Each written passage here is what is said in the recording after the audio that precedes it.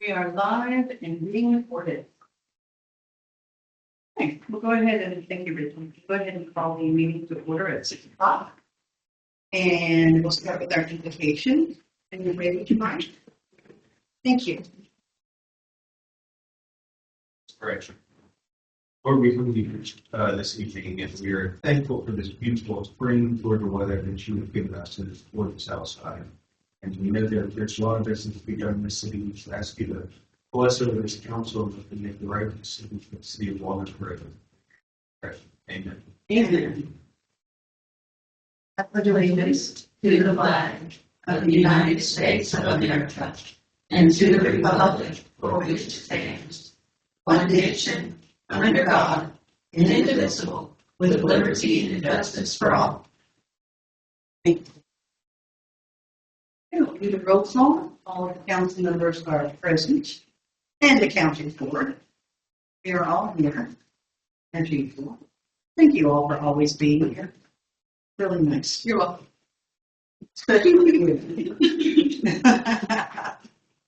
Next, we'll look at the agenda approval, and I'll ask if there's a motion on that. So moved. There's a second? Second. Any discussion? All in favor, please raise your hands. Unanimous.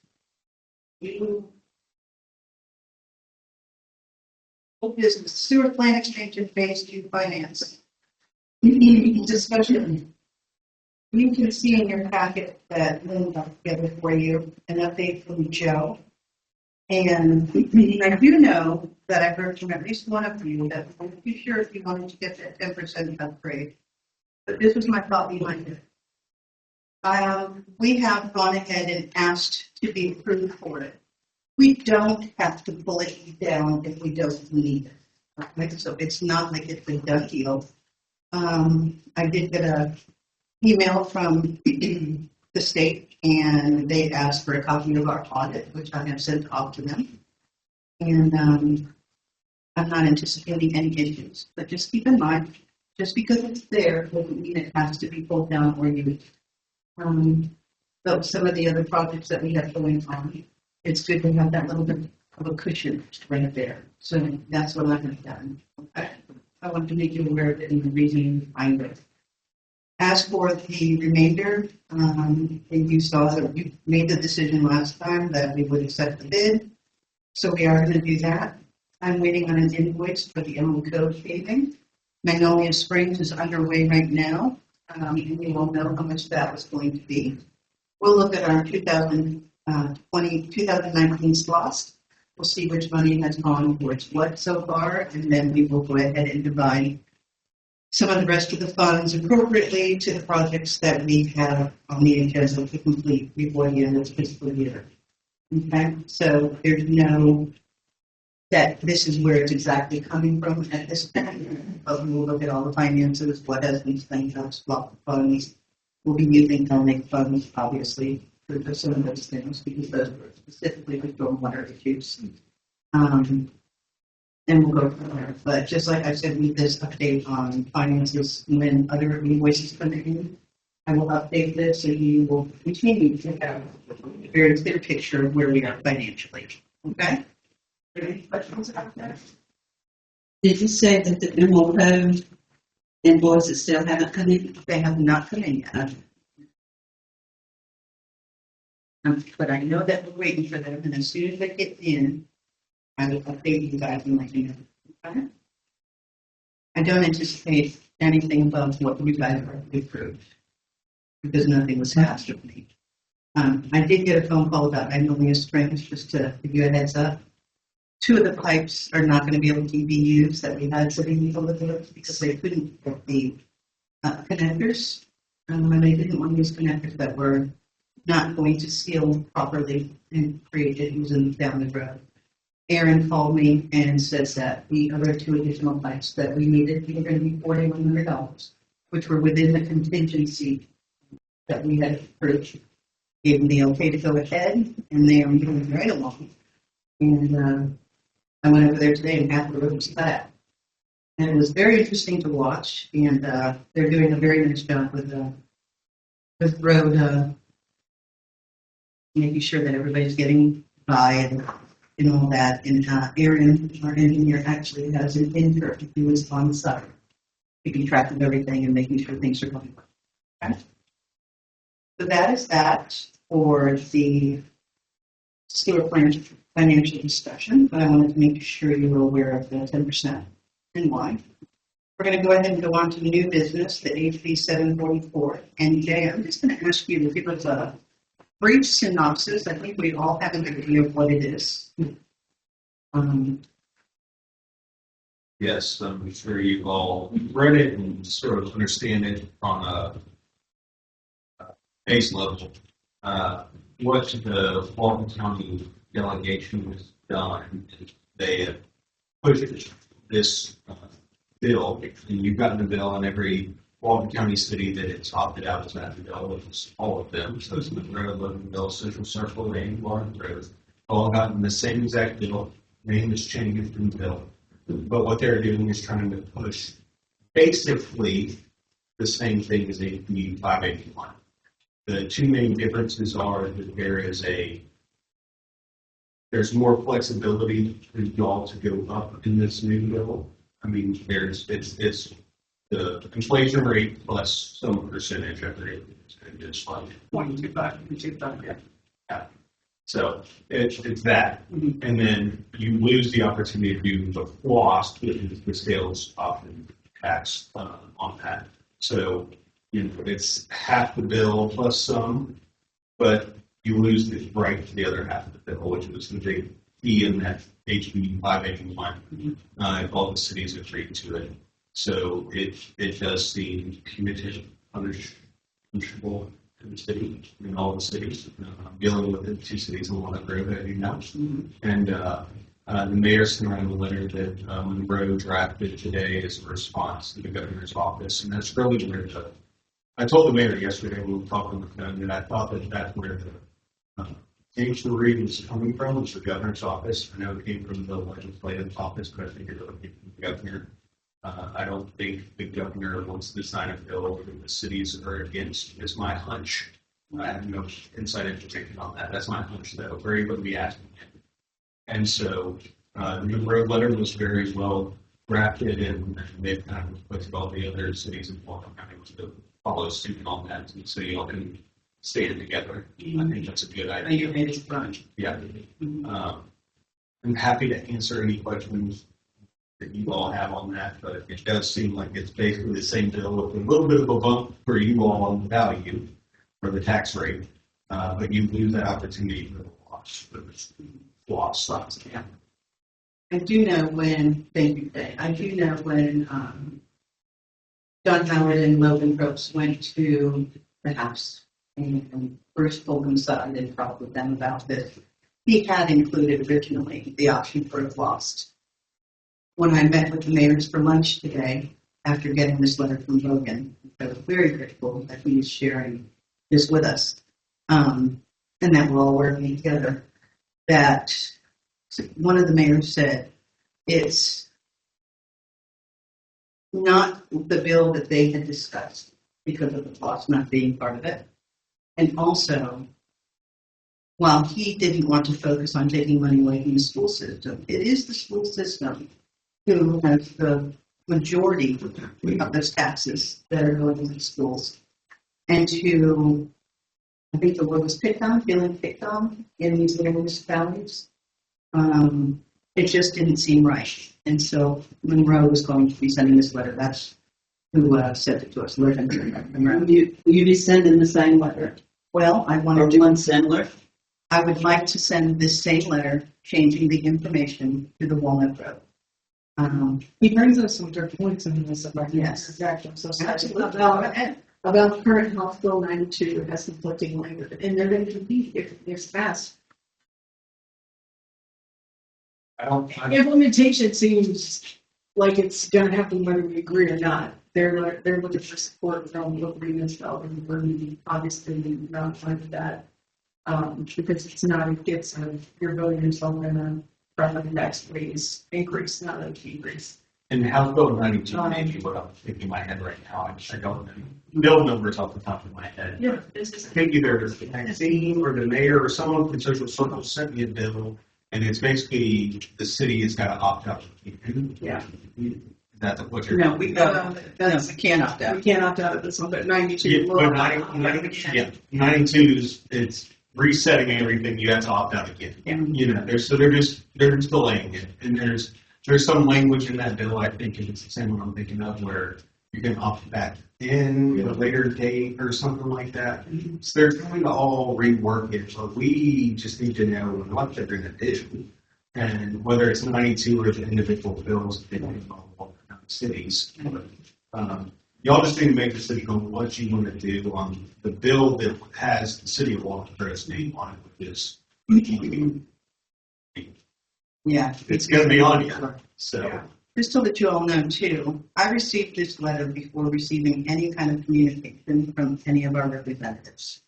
and that's I the. had a phone call. I can only speak for Social Circle, but it's the same thing as Social Circle. And, I think Maxine sent the bill. I found the same identical bill for Social Circle, sent it to Eric, and Eric was not aware of it at that time. So I think all of us are finding out about it the same, which is concerning because if we hadn't found out about it, they probably just pushed it through and then hello. I did receive a phone call from Bruce Williamson, and he was trying to encourage me to encourage all of you that this was a good thing.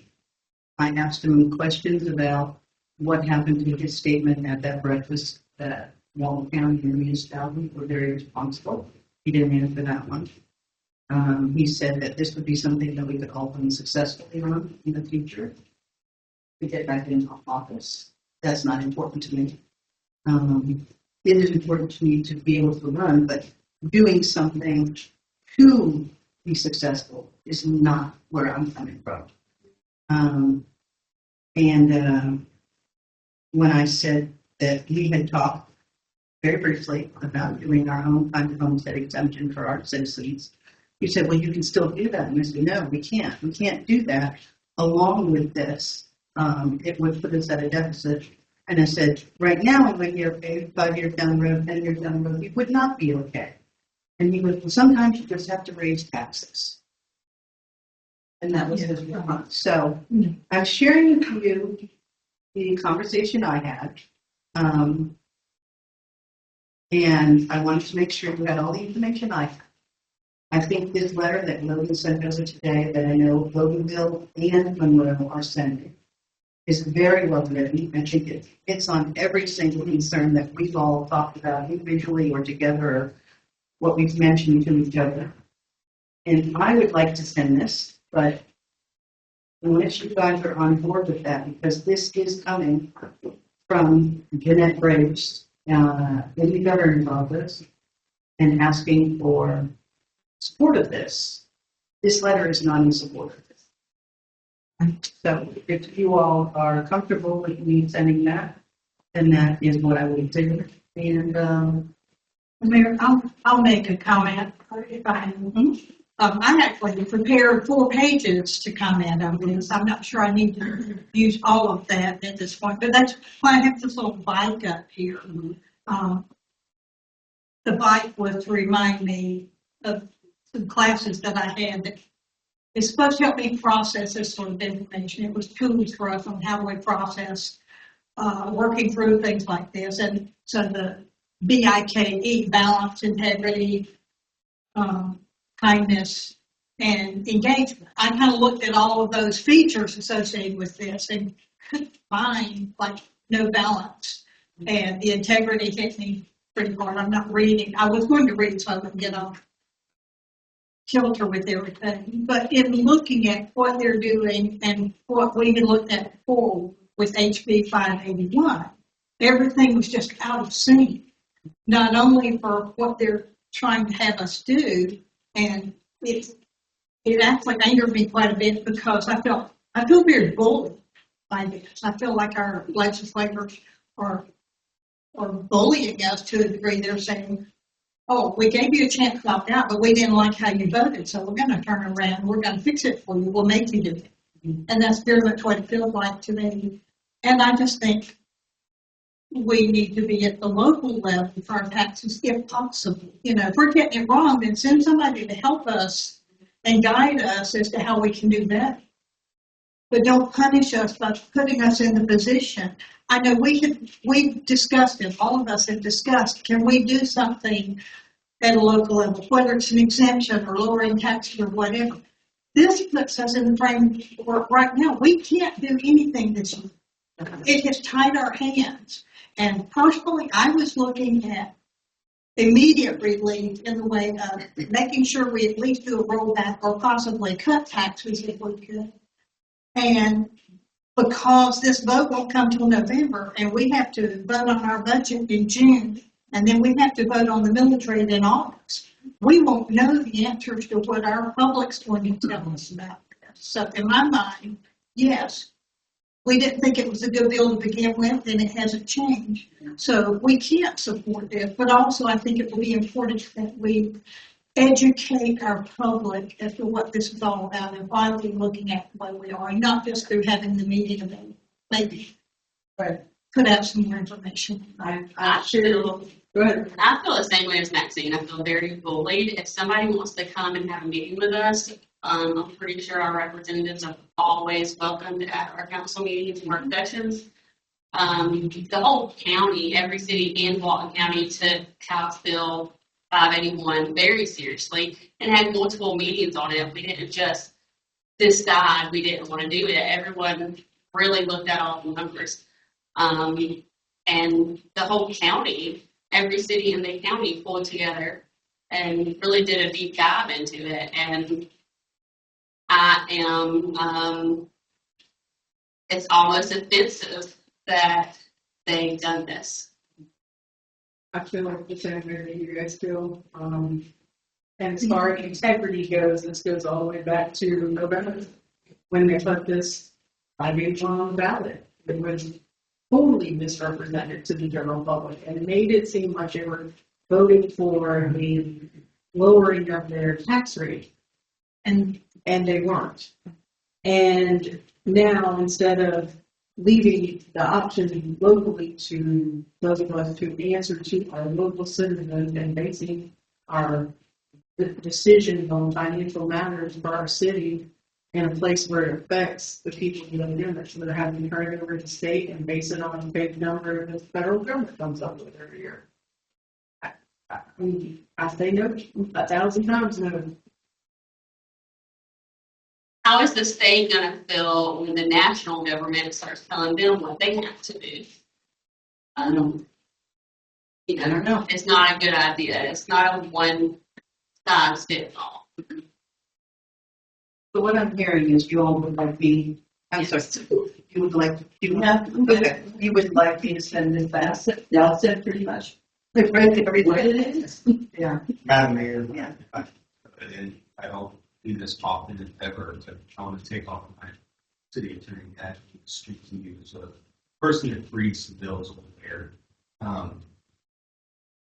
What they are trying to do, in response to raising taxes, isn't help your constituents at all. And raise the taxes and they're going to be in the same position they are right now. What they're doing is taking away control from the cities if they don't like it.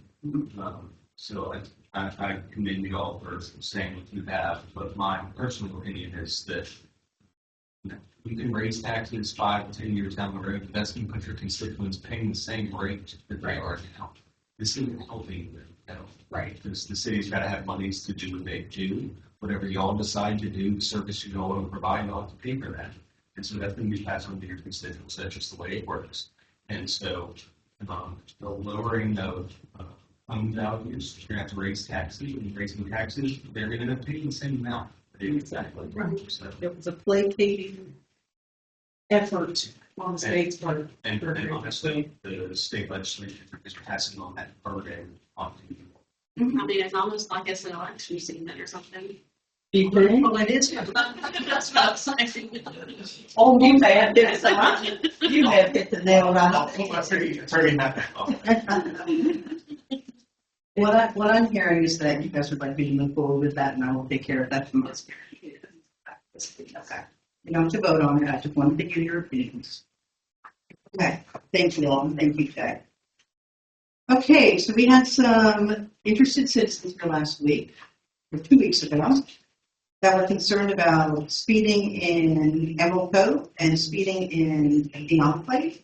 And like I said at the last meeting, these are issues I brought to council before I was on council. Speeding issues, because somebody's cat had been killed. A neighbor's I cat. actually read those minutes just recently. And so this is obviously something that has been in place. There have been measures put in on Park Street, the speed humps. And there were some speed humps put in over on Thompson Lane at one point. So those have been in place. What I have done is I have gone through the city, and every neighborhood you can see the my little pictures, and I've showed you where the speed humps are, showed you where the stop signs are, where yield signs are in most locations. And then I've also given some suggestions about things that need to or could be used to resolve some of these issues. I think it's very wise to start with the lower cost ways to resolve things. That's just who I am, and if you feel differently, I'd really like to do that. But I think if we were to put some stop signs up at three-way stops in neighborhoods, we might have people speeding between stop signs. We might not. Maybe people would get the message. I think what we need to do is put out a citywide, and I hate to use the word initiative again because these initiatives are exhausting, but if that's what we need to do, that's what we need to do. I think it would be really smart to go to the elementary schools and ask the teachers and students there, just like they came to us and asked for help with recycling and going green in the grove. I think our kids will have a big effect on some of the adults. And I know we were at a dinner and I spoke of speeding issues within Walnut County, and another mayor agreed and said we need to do something about this. But if we start at home, maybe it's something that would go countywide, and maybe we can slow some people down. We had a fatality in Social Circle this week. There was another one in Newton County this week on the same day, and I'm tired of hearing about fatalities. It's things that just don't have to happen, and I don't know. I'm just kind of curious about what everybody else thinks. I know in the neighborhoods, when I went through, there are lots of opportunities in lots of these neighborhoods. I'll tell you what, Forest Glen is the best neighborhood out there. They have stop signs everywhere. And it was really great to see. I went to the Enclave. The first phase has stop signs and yield signs. The second and third phases have no stop signs or yield signs. It's empty completely. And if you look at the Enclave, you enter off of Forest Cemetery and go down Santa Creek Drive. That is a runway there. Yep. There are no stop signs along that roadway. Nope. And then there are. So, I mean, in Magnolia Springs, there's opportunities to slow people down. There are a couple of side streets where you could put in three-way stops, where people maybe, they're not going to like it so much, but maybe they'll think a little bit more about what we're doing. And, you know, I am certainly not guilt-free. I could use some more stop signs, you know, although I try and do a little bit better because I would be mortified if I would stop at this point. At any point. That wouldn't be a good look. No, it wouldn't be a good look at all. I'm interested in number 10, because that's something that goes back for years that we've asked this question. Absolutely. I agree. Why are we not deserving of some coverage? We have the coverage. I just think that there's some legal lines, and I don't understand it either. This is just what I've been told. So Yeah. we should ask the sheriff what he can. I'm interested in I that. don't know. And I have a few questions for the sheriff, and I just haven't had the meeting yet put in place. But you're right, I do have a couple of questions. I have a question about that, and I've heard some rumors about location for a new office at the high school, permanent there, putting in a trailer in the parking lot and creating a whole. I talked to Keith Brooks. I saw him in Monroe, Mhm. and he mentioned that. I think it'd be great. I know the high school is thrilled about it. I'm sure parents would be thrilled about it. I think it's a good location. It's right down the street from where we had originally offered them Public Works. And we wanted them at Public Works because we had the space that we could just give to them. And also because the majority of our constituency is in this area right here. This is a big area. So having them at the high school, I think, is great.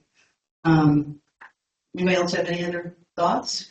Yeah, the number 10, I know what I've heard over the years is that for some reason, the neighborhood's steadily starting with the HOAs.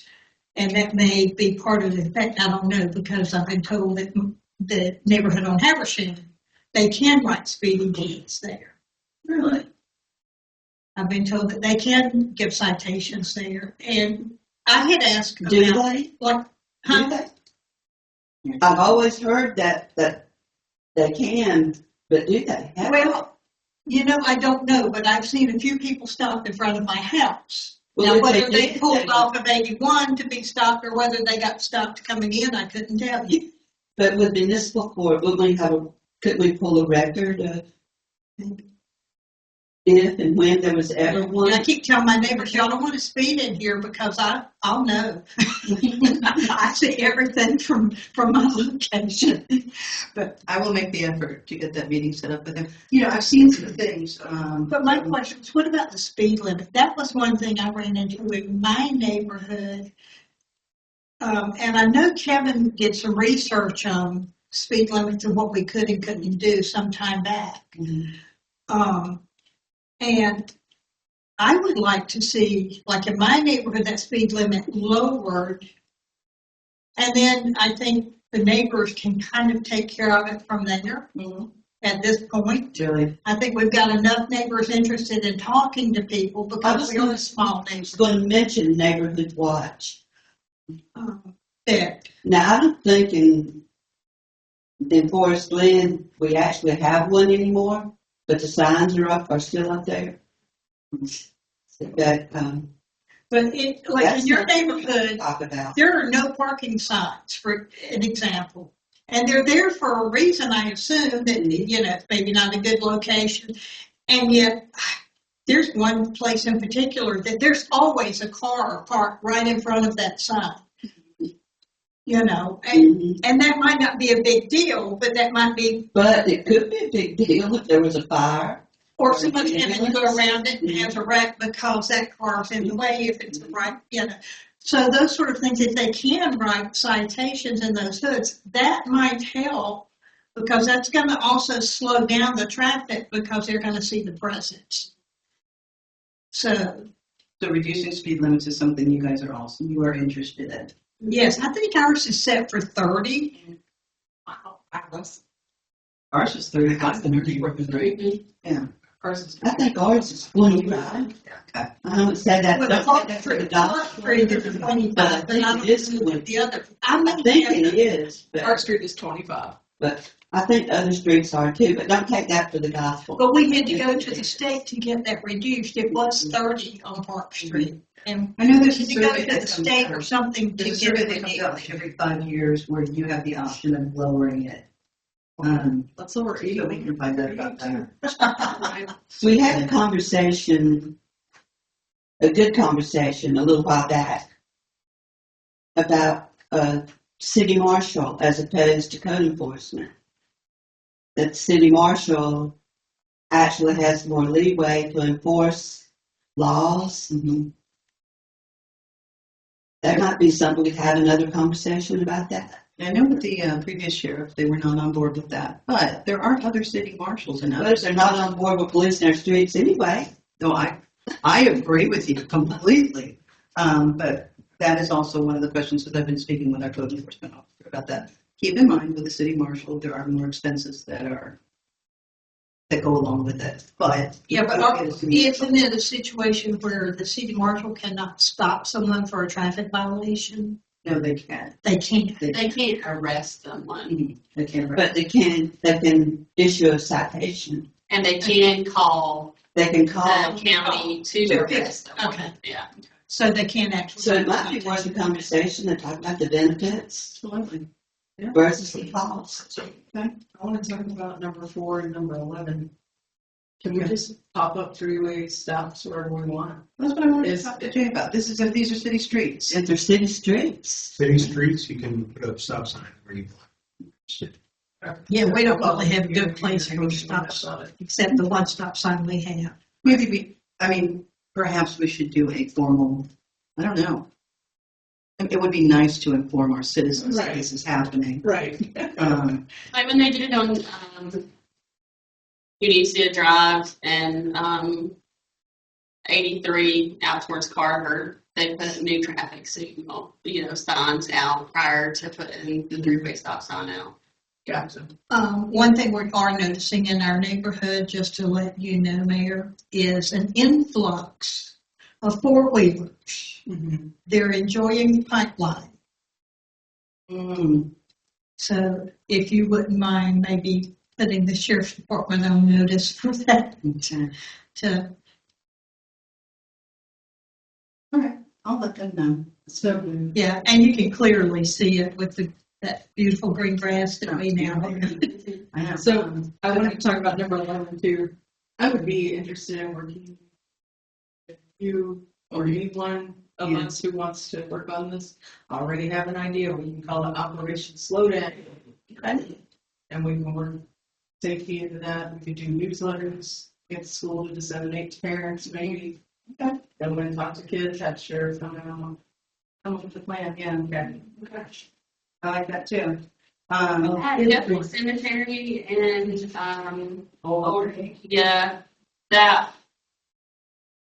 that's all like, 2 of those are city and 2 of them would be county. None of them are city, it's all county. Oh, okay. But it's an intersection and there's a stop sign here and here. But this roadway is just, Old 138 is just straight Great, straight. yeah. And that is just, to me, So we're talking about talking to the county too. yes, to ask them to put that up. I also called them, there is a tree limb that has been there for 2 years. And when you're coming from the high school to that stop sign, you can't see the stop sign until you get right up one. So they want to bring that up. Is that over off of Old 138? It's when you're on Guthrie Cemetery. You leave the high school, go through the roundabout, you're coming up Guthrie, before you get to Old 138, there is a tree limb that you follow this. Our public works manager has a very good relationship with the guy who trims trees. So I will talk with him about that. Brian's he's got a great relationship with there. Yeah. Okay. As you can see, I gave you just a basic quote, stop signs, but I know from talking with the city of Monroe, they have their own sign shop. And when I met with Chris Bailey earlier, he said to reach out to him, so perhaps we can get them less expensive. But these pricing, 5 signs are the bigger ones, or the medium-sized ones are $64. That's less than $15 a sign, and they're the reflective kind. But we can. We also have to get the posts and everything like that. But why don't I? We'll come up with something a little bit more finite. Are you all in favor of freeway stop signs? Yeah. Freeways. Okay. Especially. Yeah, depending on where they are and what kind of Yeah, I mean, like, service we provide to notify people so we don't get. yeah. I'd like to ask Ms. Ramsey. Brenda, how do you feel about freeway stop signs? You're a citizen, you live in one of the neighborhoods. Do you think that would be a bad help us. I don't think it would help him drive. If we put one at Crystal Court and one at the entrance to the pool. No, I don't think it's going to help. It's a speeding coming up that hill. Yeah. And coming down that hill. But they get speed. And it's not only the residents, it's people that are visiting. Because my son was traveling with a person who was visiting from a wagon trail, dropping off some kids, and I was speeding. He just, a bunch of kids are driving through, speeding. not watching where they're going, and he was trying to slow them down because a little dog was trying to cross. And he looked at the pretty weather, it's getting worse. And we have about 7 kids, I think, in that area, and about 3 or 4 houses there. That like to go from house to house and play. You know, and I'm afraid that somebody's gonna come down that hill, or come up that hill and meet. I see them happen, they have to stop in the middle, because one's not paying attention, and you have someone parked on the side of the road there. So I think we're gonna have to have speed bumps. So something's going on. Speed on some areas like that. Because that's a very dangerous I point. feel like a speed hump there will slow people I down. do too, I think it'll make them at least slow down the speed. And it needs to be a speed hump where if you go over it, you're gonna remember to slow down. The speed tables like the temperature. Yeah, right. Yeah, Yeah, the ones that take you here. on Walnut Road. If on you Walnut forget where they are, they'll find you right. I'm going to work on some of those things and I'll release that time. Okay. I'm going to talk to Brett, our code enforcement guy. Because he brought up the freeway stop signs and I looked at him and I go, that was my suggestion years ago. And he goes, it works. And I said, okay, great, let's do it. So let me talk with Brett a little bit more. He's about our experience with this than perhaps we do. I think we put speed humps and stop signs everywhere. But we don't want to create that type of a situation, and I think it's important that we have some public information putting out and get everybody on board with it. And we need the sheriff, we need to be sure, they run these stop signs, or are they gonna be policed? Are they gonna get their kids? That's Find out everything we'll talk about in the martial process. All right, everybody good with that? And guys, if you have any other ideas, or if you'd like to have me work on this, then I'm always open to other people and their ideas. So, okay? Good? Okay, anything else, guys? So, with that being said, we are going to go into executive session, and it is regarding personnel. So is there a motion to go into executive session? So moved. Is there a second? A second. All in favor? Okay, that's unanimous.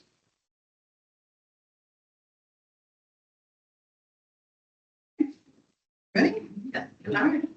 Thank you, Ms. Ramsey.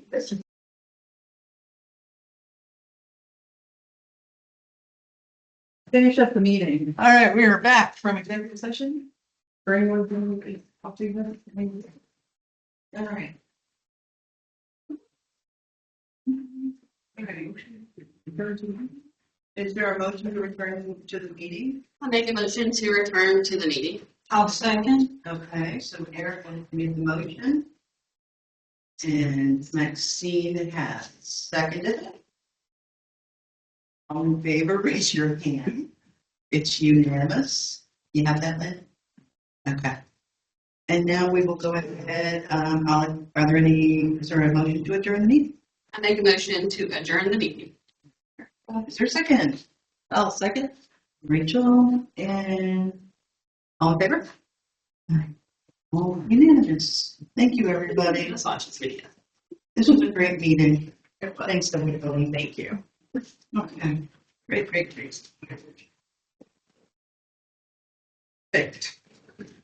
Wait there. And